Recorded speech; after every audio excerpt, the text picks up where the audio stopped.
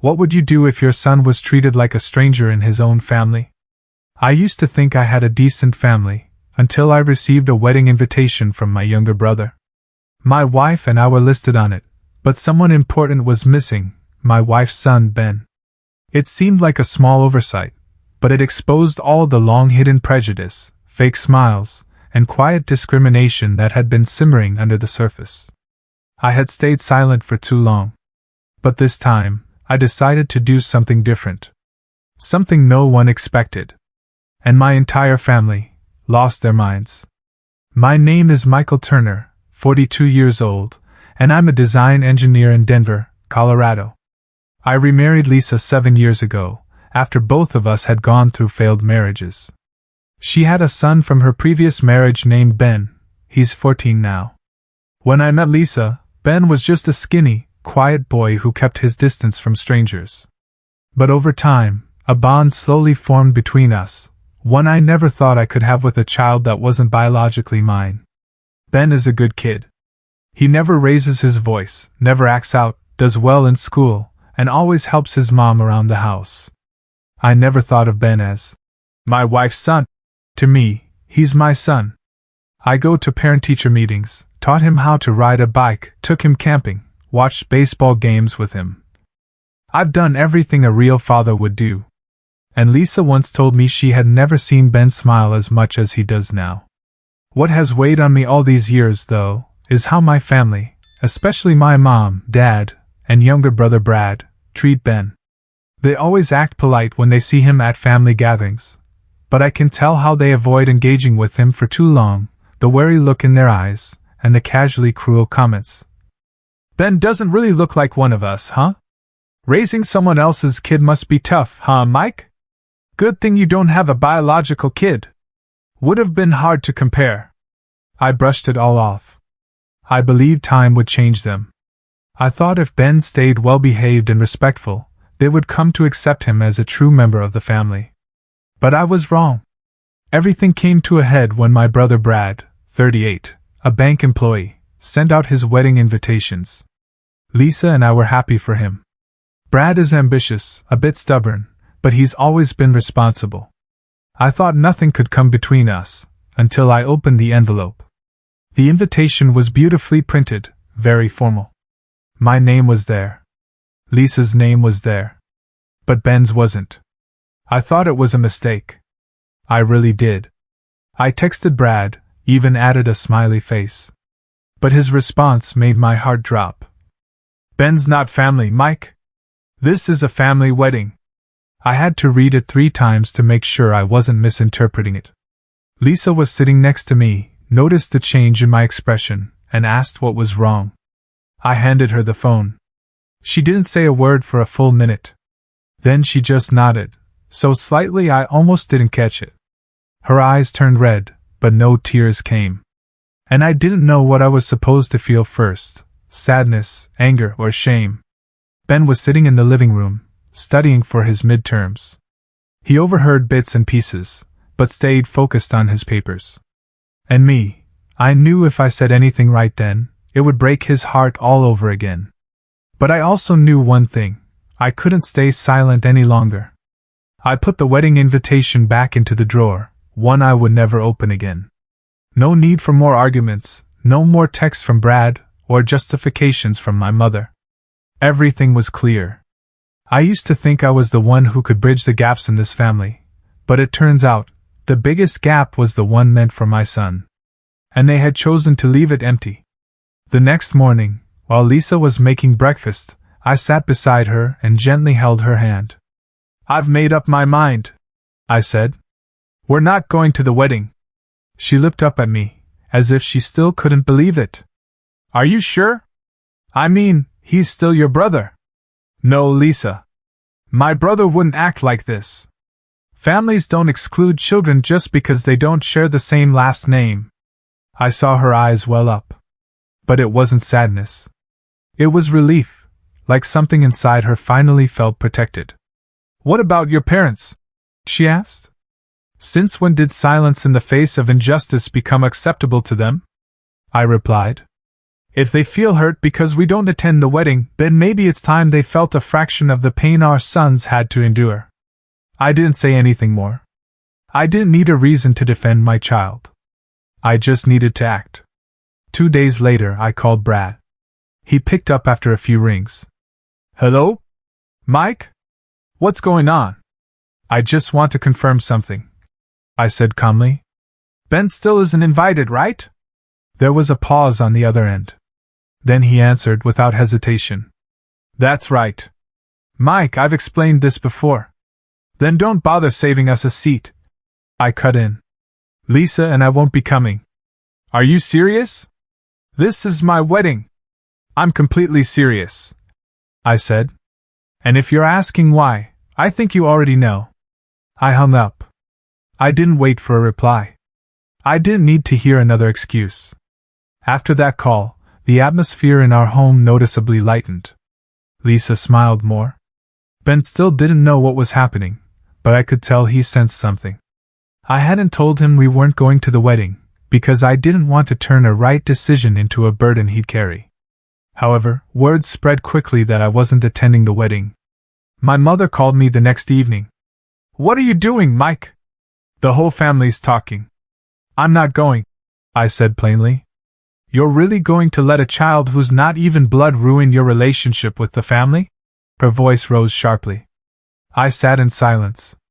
That sentence felt like a dull knife slicing into me. No, Mom, I said slowly. It's the family's silence that's ruining everything. She stayed quiet for a long moment. You think Ben will be happy you're doing this? She finally asked. I closed my eyes. I don't need him to be happy. I just need him to know his father will never turn his back on him. She hung up. No goodbye. A day before the wedding, I received a text from Brad. If you want to come last minute, there's still a seat. But don't blow things out of proportion, Mike. This is a happy day. I stared at the message for a while, then simply deleted it without replying. The next day, I pulled out my phone, opened my contacts, and deleted my brother's number. I didn't do it out of anger. I did it because some lines, once crossed, can never be uncrossed. The wedding day arrived. The sky was clear, with soft sunlight, as if even the weather was trying to be perfect for a big day. Messages in the family group chat were buzzing from early morning. Photos of Brad in a crisp suit, the bride smiling radiantly beside him, rows of white chairs neatly arranged in the garden venue. They kept coming in. I scrolled through them without liking or commenting. Lisa did the same. As for Ben, he had no idea what day it was. I didn't want him worrying about an event where he should have been included, but was cruelly left out. We had breakfast at a small bakery near home, then stopped by the library. Lisa picked out a few books. Ben borrowed a science comic. Everything unfolded like a normal weekend. But inside me, there was a quiet emptiness I couldn't quite name. Around noon, while sitting with Ben in the backyard, I got a call from one of my cousins, Karen, someone I'd been close to since we were kids. Her voice was a bit hurried. Mike, I haven't seen you anywhere. People are asking. The best man seat has been empty all morning. I sighed. I'm not coming, Karen. And I'm sure you know why. She hesitated, then spoke quietly. I heard from your mom about Ben. But Mike, you should have told Brad clearly. He didn't think you'd actually stay away. I closed my eyes. I had made it clear. But maybe, for some people, excluding a child just doesn't feel serious enough to change their point of view. Karen, I said gently, I can't be part of a ceremony that begins with exclusion. I understand, she replied softly. It's just, today, it feels like something important is missing. By evening, the wedding was over. Photos began popping up on social media. I saw a picture of Brad standing alone next to my father, the spot where I was supposed to stand. My mom was in a photo with the bride, but her smile looked strained. I didn't feel satisfied. Just, a hard-to-name feeling crept into my chest, like I had cut a cord I had tried my whole life to hold on to. That night, while I was doing the dishes in the kitchen, Lisa called to me from the living room. Mike, you should see this. I walked out. On the screen was a short clip from the wedding. In the video, the MC called for the best man to come up and give a speech, but after a few awkward seconds, no one stepped forward. The atmosphere turned uneasy. Brad gave a crooked smile and said a few improvised lines to move things along. Ben sat beside me, curiously watching. "What is that, Dad?" he asked. I looked at him, feeling something stir inside. "Just a ceremony I decided not to attend," I replied. "Because of me?" Ben asked quietly, but it was enough to tighten my chest. I put my hand on his shoulder. "No, Ben. Because of me. I couldn't sit at a table where my son wasn't welcome." He looked at me for a long time, said nothing, then turned back to his book. But I could tell, something had shifted in his eyes.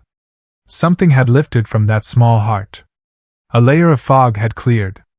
Later that night, I received an email from Brad's wife, Emma. It was the first time she had contacted me directly. "Mike, I'm sorry if Brad made you and your family feel hurt. I didn't know Ben wasn't invited until yesterday. I assumed it was a mutual decision, and Brad never explained it clearly to me. If I had known, I would never have agreed to it. I hope one day we can sit down and talk everything through. I don't want to start my marriage with pain caused within the family." I finished reading and leaned back in my chair. Small cracks had started to form. And not every crack is a bad thing. Sometimes, that's exactly how the light gets in. 3 days after the wedding, I still hadn't called Brad. I didn't call my mother or father either. I knew they were waiting, or at least hoping I would be the one to reach out first. But I didn't. I wasn't angry, I wasn't resentful. I just no longer saw a reason to be the one to speak up, especially when they were the ones who chose to turn their backs on my family. Instead of sitting in silence, stewing, I decided to do something different. Not out of revenge, but to make one thing clear: family isn't defined by blood, but by the choice to stay connected. On Saturday evening, I hosted a small gathering at our house, not fancy, not loud, just a few close friends, our longtime neighbors, and a couple of close coworkers. I called it "The Family We Choose." Lisa leaned in and whispered to me, "Are you sure this won't upset people?" I smiled and shook my head. "The only thing that upsets me is letting my son grow up thinking he doesn't deserve to be part of happy moments." Ben didn't fully understand the reason for the party, but he was excited to help his mom decorate the backyard.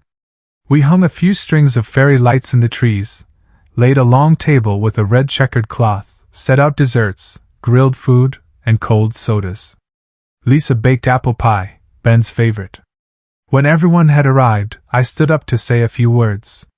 No microphone, no champagne, just my voice among people who truly knew me. I know there are families where people are forced to accept each other because they share blood. But I believe in the kind of family that's built through choice, through respect and genuine love. I don't need anyone to call me brother, uncle, or blood to feel like I belong. I just need the people here, those who chose to stay. There was applause, not loud, but real. Ben stood next to me, eyes wide. Then he reached out and held my hand. He didn't say anything. A coworker snapped a photo at that moment, me, Lisa, and Ben, standing together under the soft, golden light. The photo was later posted on my personal page with a simple caption. Not everyone related by blood is family. And not everyone without it is any less family to the heart. Hashtag the family we choose. I didn't tag anyone. I didn't mention Brad, the wedding, or the missing name on the invitation. I didn't have to. But just as I expected, my family saw the post. The next evening, Aunt Karen messaged me. "I know you don't need anyone to defend you. But I just want to say, you did the right thing. And that boy, he's lucky to have you." A week later, at a rare family gathering that I wasn't part of, I heard that people had started to talk. Some blamed Brad for being tactless, others blamed the bride for not managing the guest list, and a few quietly changed the subject. But what surprised me most was this: Emma, Brad's wife, stood up during the gathering and spoke plainly. A relative told me, Emma said if she had known Ben was left off the guest list, she wouldn't have had the wedding that way. She said a beautiful day shouldn't begin with division. The whole room went silent. That news didn't come from Brad, it came from a cousin. But I knew it was enough to make Brad realize marriage isn't a place where you get to make all the decisions without facing the consequences. That night, as I was washing dishes after dinner, Ben walked into the kitchen. "Dad," he said, holding a piece of paper, "I wrote an essay for class about who inspires you. The teacher said we could pick anyone, famous people, scientists, or someone in our life." I turned to look at him. "Who did you write about?" He smiled and held up the paper. At the top, in slightly messy handwriting, was the title. "My Dad, the one who chose family with his heart." I turned away quickly so he wouldn't see my eyes getting red. I didn't think things would spread this far. The photo from the family we choose gathering was shared on Facebook by one of Lisa's friends, then reposted by a relative, along with the caption, "Some actions don't need to be explained. Those who understand will." And apparently, everyone understood. The more people in the family saw the image of me, Lisa, and Ben standing together under the warm glow of the lights, peaceful smiles on our faces, the more our absence from Brad's wedding began to mean something. 3 days later, my mother called. I hesitated for a moment before answering. Her voice sounded tired, no longer sharp like the last time. "Can you come by the house, Mike? Your father's here too. We need to talk." I hesitated. Lisa looked at me, concern in her eyes. But I nodded. That afternoon, I went to my parents' old house. The same house Brad and I grew up in, with the front lawn and the oak rocking chair where my dad always sat on Sunday mornings to read the paper. I knocked. My mom opened the door. She didn't smile. "Thank you for coming," was all she said before turning and walking back inside. My dad sat on the couch, wearing an old sweater, holding a mug of hot tea. Both of them looked at me like they'd already had a long discussion before I arrived. "Would you like something to drink?" my mom asked, her tone more formal than usual. "No, I won't be staying long," I replied. Silence for a moment. Then my father spoke. "We need to talk about what happened." I looked at him. His eyes weren't as stern as usual. Something seemed to have cracked a little since the wedding. "Your mother and I were disappointed you didn't come," he continued. "But we can't deny that Brad was wrong to leave the boy out of the ceremony." My mother stayed quiet. She didn't nod, but she didn't object either. I took a deep breath. "I've waited a long time to hear those words. For years now, you and Mom have always seen Ben as something incomplete. No matter how hard he tried, no matter what I did to make him feel loved, to you, he's always been someone else's kid." My mom turned away. I saw her eyes blur with tears. But she didn't wipe them. "We don't hate him, Mike. It's just, sometimes it's hard to accept someone without blood ties as truly family." I clenched my hands. That's exactly why I had to do it, for him. I had to stand up, when the family chose to stay silent. Because if I didn't, he'd believe he truly didn't belong. The room felt heavy. The ticking of the wall clock echoed sharply in the silence. After a while, my father slowly nodded. "You did the right thing. Maybe. I wouldn't have done it that way, but I understand." My mom turned back to me, her eyes red. "Could you give me a chance?" "To see Ben. To talk to him. Maybe not now, but when you think it's right." I looked at her. For the first time in years, I didn't see judgment in her eyes. I saw something real, a mother realizing she might lose her son because she didn't accept an innocent child. "I'll think about it," I said, standing up. "But Mom, it can't be just because you're his grandmother. It has to be because you choose to love him." I left the house. The evening wind slipped through my collar, cool and crisp, but inside me, something felt lighter. That night, Lisa rested her head on my shoulder as we looked through photos from the little gathering. "Do you think your parents are changing?" she asked. I nodded slightly. "Yeah. But I'm not expecting a miracle. I just hope they won't keep staying silent. Lisa held my hand, then looked over at Ben, sitting in the corner of the room, completely absorbed in building a robot model. And I understood. This family wasn't something handed to me. It was something I chose to protect. At all costs. Nearly a year had passed since Brad's wedding. We hadn't spoken. No calls, no texts, not a single message from my younger brother. My parents called occasionally, sometimes asking to stop by, sometimes just to ask how Ben was doing.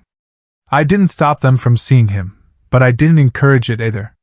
I wanted everything to come from a genuine choice, not guilt or obligation. Ben stayed the same, calm, respectful, and increasingly mature. He had just turned 15, now taller than Lisa, and his voice had started to deepen. But what made me proudest wasn't how much he had grown, it was how he quietly overcame every wound without ever losing his warm heart. And then, the unexpected happened. That April, Ben entered a statewide science competition for high school students, with a project on converting household waste into renewable energy. He did nearly everything himself, only asking me for technical advice here and there.